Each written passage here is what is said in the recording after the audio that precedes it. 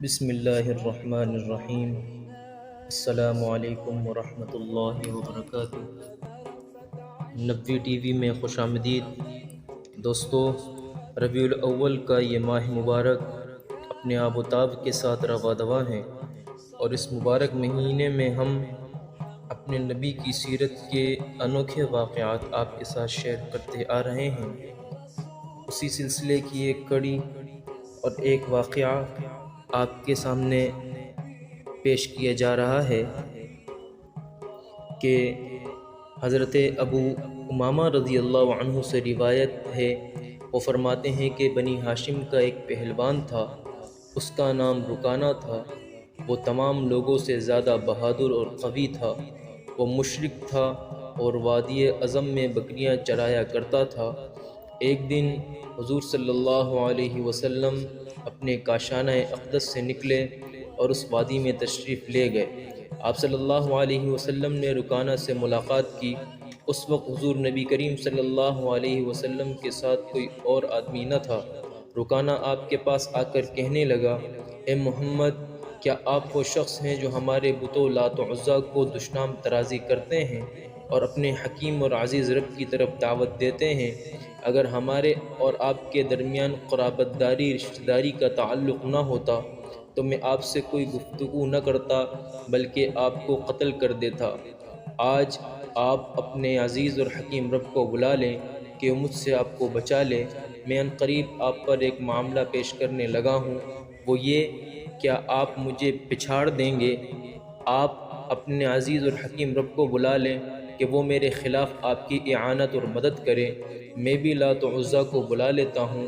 اگر آپ نے مجھے پچھاڑ دیا تو پھر میرے ریوڑ سے آپ کو اپنی پسند کی بکریاں لینے کی اجازت ہوگی۔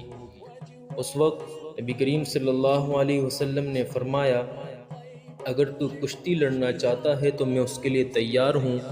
حضور صلی اللہ علیہ وسلم نے دعا کے لیے ہاتھ بلند کیے، پھر اس کو پچھاڑ دیا اور اس کے سینے پر بیٹھ گئے۔ رکانہ نے کہا، آپ میرے سینے سے اٹھ جائیں، آپ وہ ذات نہیں جس نے مجھے پچھاڑا ہے، بلکہ آپ سے کشتی لڑنے سے پہلے کسی شخص نے بھی میرے پہلو زمین پر نہیں لگایا تھا۔ رکانہ نے کہا، آئیں ہم دوبارہ کشتی لڑتے ہیں۔ اگر آپ نے مجھے اس کشتی میں مغلوب کر لیا، ہرا دیا، پھر آپ کو میرے اس ریوڑ سے اپنی پسند کی 10 اور بکریاں لینے کی اجازت ہوگی۔ آپ صلی اللہ علیہ وسلم نے پھر دعا کے لیے اپنے ہاتھوں کو بلند کر دیا۔ حضور صلی اللہ علیہ وسلم نے کشتی میں رکانہ کو پھر مغلوب کر دیا اور ہرا دیا، اور آپ اس کے سینے پر بیٹھ گئے۔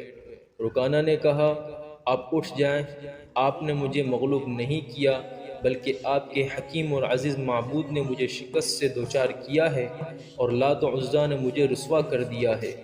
آپ سے قبل کوئی شخص بھی میرا پہلو زمین پر نہیں لگا سکا تھا۔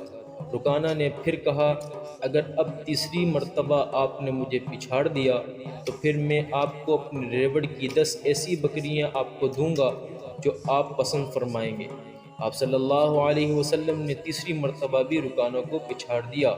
رکانہ نے کہا، آپ نے مجھے نہیں پچھاڑا، آپ کے عزیز و حکیم رب نے مجھے مغلوب کر دیا اور ہرا دیا ہے، مجھے لات و عزیٰ نے رسوا کر دیا ہے، وہ میری بکریاں چر رہی ہیں، ان میں سے آپ جو چاہیں پسند کر لیں۔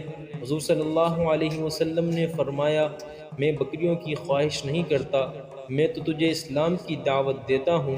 مجھے یہ پسند نہیں کہ تو جہنم کی آگ کا ایندھن بنے، اگر تو اسلام قبول کر لے گا تو بچ جائے گا۔ رکانہ نے کہا، میں اس وقت تک ہرگز اسلام قبول نہیں کروں گا جب تک آپ صلی اللہ علیہ وسلم مجھے کوئی نشانی نہ دکھا دیں۔ آپ صلی اللہ علیہ وسلم نے فرمایا، کیا تیرا کوئی گواہ ہے کہ اگر میں اپنے رب سے دعا مانگوں اور وہ تجھے کوئی نشانی دکھا دے تو میرے دعوت پر لبیک کہے گا؟ رکانہ نے کہا، ہاں۔ آپ صلی اللہ علیہ وسلم کے قریب ہی ایک ببول کا درخت تھا جس کی کئی چھوٹی بڑی شاخیں تھیں۔ حضور صلی اللہ علیہ وسلم نے اس کی طرف اشارہ کیا اور فرمایا، اللہ کے حکم سے میری طرف آ جا۔ وہ درخت 2 حصوں میں تقسیم ہو گیا، اس کا ایک حصہ اپنے اور شاخوں سمیت بارگاہ مصطفیہ میں حاضر ہو گیا۔ وہ درخت حضور نبی کریم صلی اللہ علیہ وسلم اور رکانہ کے درمیان آ کر کھڑا ہو گیا۔ یہ معجزہ دیکھ کر رکانہ نے کہا، آپ نے مجھے ایک عظیم علامت دکھائی ہے، آپ اس کو حکم دیں کہ یہ دوبارہ اپنی جگہ پر چلا جائے۔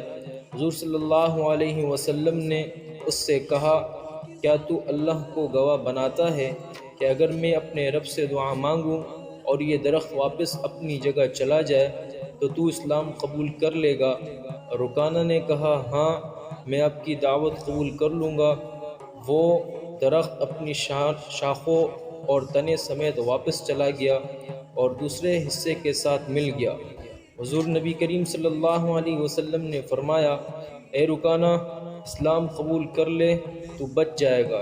رکانہ نے جواب دیا، اگرچہ آپ نے ایک عظیم معجزہ دکھایا ہے، لیکن میں صرف اس وجہ سے اسلام قبول نہیں کروں گا کہ شہر کی عورتیں اور بچے میرے متعلق کہیں گے کہ میں نے اسلام صرف اس خوف اور ڈر کی وجہ سے قبول کیا ہے جو آپ کی وجہ سے میرے دل میں داخل ہو گیا ہے۔